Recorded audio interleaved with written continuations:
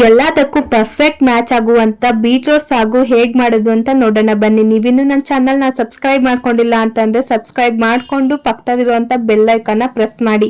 ನಾನು ಯಾವುದೇ ತರ ವಿಡಿಯೋಸ್ ಅಪ್ಲೋಡ್ ಮಾಡಿದ್ರು ನಿಮ್ಗೆ ಮೊದಲು ಸಿಗುತ್ತೆ. ಮೊದಲಿಗೆ ವೀಕ್ಷಕರೇ, ನಾನು ಗ್ಯಾಸ್ ಮೇಲೆ ಕುಕ್ಕರ್ನ ಇಟ್ಕೊಂಡಿದ್ದೀನಿ. ಅದಕ್ಕೆ ಒಂದು 4 ಟೇಬಲ್ ಸ್ಪೂನ್ ಆಗುವಷ್ಟು ಎಣ್ಣೆ ಹಾಕೋತಾ ಇದ್ದೀನಿ. ಹಾಗೇನೆ ಎಣ್ಣೆ ಕಾದಿದ್ದಾದ್ಮೇಲೆ 1 ಇಂಚು ಚಕ್ಕೆ ಹಾಕೋತಾ ಇದ್ದೀನಿ. ಅದು ಕೂಡ ಚೆನ್ನಾಗಿ ಫ್ರೈ ಆಗಿದ್ದಾದ್ಮೇಲೆ 1 ಈರುಳ್ಳಿನ ಸಣ್ಣದಾಗಿ ಹಚ್ಕೊಬಿಟ್ಟು ಹಾಕೋತಾ ಇದ್ದೀನಿ.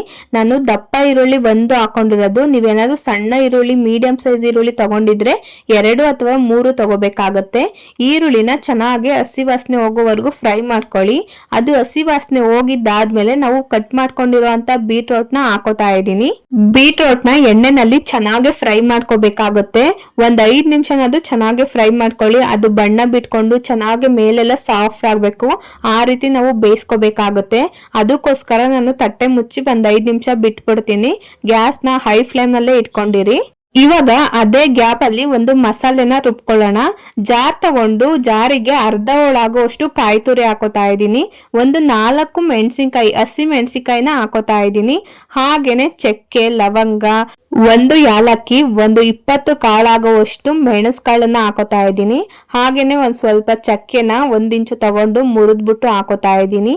1 ಬೆಳ್ಳುಳ್ಳಿನ ಸಿಪ್ಪೆ ಸುಲ್ದು ಹಾಕೋತಾ ಇದ್ದೀನಿ. 1 ಇಂಚ್ ಆಗುವಷ್ಟು ಶುಂಠಿನ ಕ್ಲೀನ್ ಮಾಡ್ಕೊಂಡು ಸಣ್ಣಗೆ ಹೆಚ್ಕೊಬಿಟ್ಟು ಹಾಕೋತಾ ಇದ್ದೀನಿ.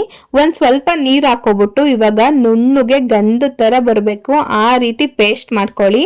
ನೋಡಿ, ಈ ರೀತಿ ರುಬ್ಕೋಬೇಕಾಗುತ್ತೆ. ಇವಾಗ ಮಸಾಲೆ ರೆಡಿ ಆಗಿದೆ. ಡೈರೆಕ್ಟ್ ಆಗಿ ಕುಕ್ಕರ್ ಒಳಕ್ಕೆ ಹಾಕೋಬೇಕಾಗತ್ತೆ.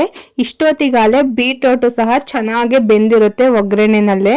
ಇವಾಗ ಒಂದ್ಸಲ ಚೆನ್ನಾಗಿ ಕೈ ಆಡಿಸ್ಕೊಬಿಟ್ಟು ನಾವು ರುಬ್ಕೊಂಡಿದ್ವಲ್ಲ ಆ ಮಸಾಲೆನ ಹಾಕೊಳ್ಳೋಣ. ಆ ಮಸಾಲೆ ಹಸಿ ವಾಸನೆ ಹೋಗ್ಬೇಕು, ಅಲ್ಲಿವರೆಗೂ ಚೆನ್ನಾಗಿ ಫ್ರೈ ಮಾಡ್ಕೋಬೇಕಾಗತ್ತೆ. ನೋಡಿ, ನಾವು ಮಸಾಲೆನ ಯಾವುದೇ ತರ ಕಲರ್ ಅಲ್ಲಿ ರುಬ್ಕೊಂಡ್ರು ಅದು ಬೀಟ್ರೋಟ್ ಕಲರೇ ಬರೋದು, ಕೆಂಪು ಕಲರೇ ಬರುತ್ತೆ. ಅದ್ರಲ್ಲೇನ್ ವ್ಯತ್ಯಾಸ ಇರೋದಿಲ್ಲ ಕಲರ್ ಅಲ್ಲಿ.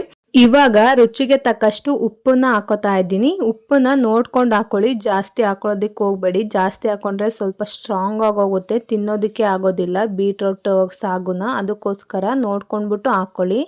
ಇವಾಗ ಚೆನ್ನಾಗಿ ಮಿಕ್ಸ್ ಮಾಡ್ಕೊಬಿಟ್ಟು ಜಾರಲ್ಲಿ ಮಸಾಲೆ ಎಲ್ಲ ಇರುತ್ತಲ್ಲ ಅದನ್ನ ತೊಳೆದಿರೋಂತ ನೀರನ್ನ ಹಾಕೋತಾ ಇದ್ದೀನಿ. ಯಾವುದು ಸಹ ವೇಸ್ಟ್ ಮಾಡೋದಿಕ್ಕೆ ಹೋಗ್ಬೇಡಿ, ನೀಟಾಗಿ ತೊಳೆದ್ಬಿಟ್ಟು ಹಾಕೊಳ್ಳಿ. ಹಾಗೇನೆ 1 ಲೋಟ ನೀರ್ ಹಾಕೋತಾ ಇದ್ದೀನಿ, ಪ್ಲೈನ್ ನೀರು. ನಾನು ಜಾರ್ ತೊಳೆದಿರೋ ನೀರು ಹಾಕೊಂಡಿದ್ದೀನಿ, ಪ್ಲೈನ್ ನೀರನ್ನು ಸಹ ಹಾಕೊಂಡಿದ್ದೀನಿ. ನಿಮ್ಗೆ ಸಾಗು ಕನ್ಸಿಸ್ಟೆನ್ಸಿ ಯಾವ ತರ ಬೇಕೋ ಆ ರೀತಿ ನೀವು ಮಾಡ್ಕೋಬಹುದು ನೀರ್ ಹಾಕೊಳ್ಳೋದ್ರಲ್ಲಿ. ನಾವು ರುಬ್ಬೋದಿಕ್ಕೆ ಹಸಿರು ಮೆಣಸಿನಕಾಯಿ 4 ಅಷ್ಟೇ ಹಾಕೊಂಡಿರೋದು. ಇವಾಗ 1 ಟೇಬಲ್ ಸ್ಪೂನ್ ಆಗುವಷ್ಟು ಖಾರದ ಪುಡಿ ಹಾಕೋತಾ ಇದ್ದೀನಿ. ಖಾರ ಕನ್ಸಿಸ್ಟೆನ್ಸಿ ಕರೆಕ್ಟ್ ಆಗಿ ಆಗುತ್ತೆ ಅವಾಗ. ಇವಾಗ ಲಾಸ್ಟಿಗೆ ಸಣ್ಣದಾಗಿ ಹಚ್ಕೊಂಡಿರುವಂತ ಕೊತ್ತಂಬರಿ ಸೊಪ್ಪುನ ಹಾಕೋತಾ ಇದ್ದೀನಿ.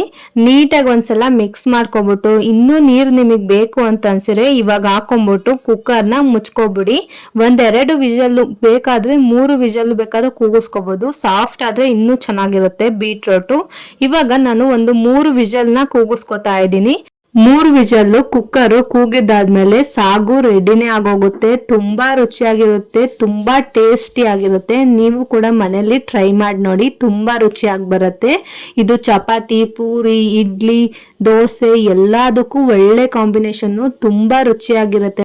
ಬೀಟ್ರೋಟು ಆರೋಗ್ಯಕ್ಕೆ ಎಷ್ಟು ಒಳ್ಳೇದು ಅಂತ ನಾನು ಹೇಳೋದೇ ಬೇಕಾಗಿಲ್ಲ, ಎಲ್ಲರಿಗೂ ಸಹ ಗೊತ್ತೇ ಇರುತ್ತೆ. ಈ ರೆಸಿಪಿನ ನಿಮ್ಮ ಮನೆಯಲ್ಲಿ ಒಂದ್ಸಲ ಟ್ರೈ ಮಾಡಿ.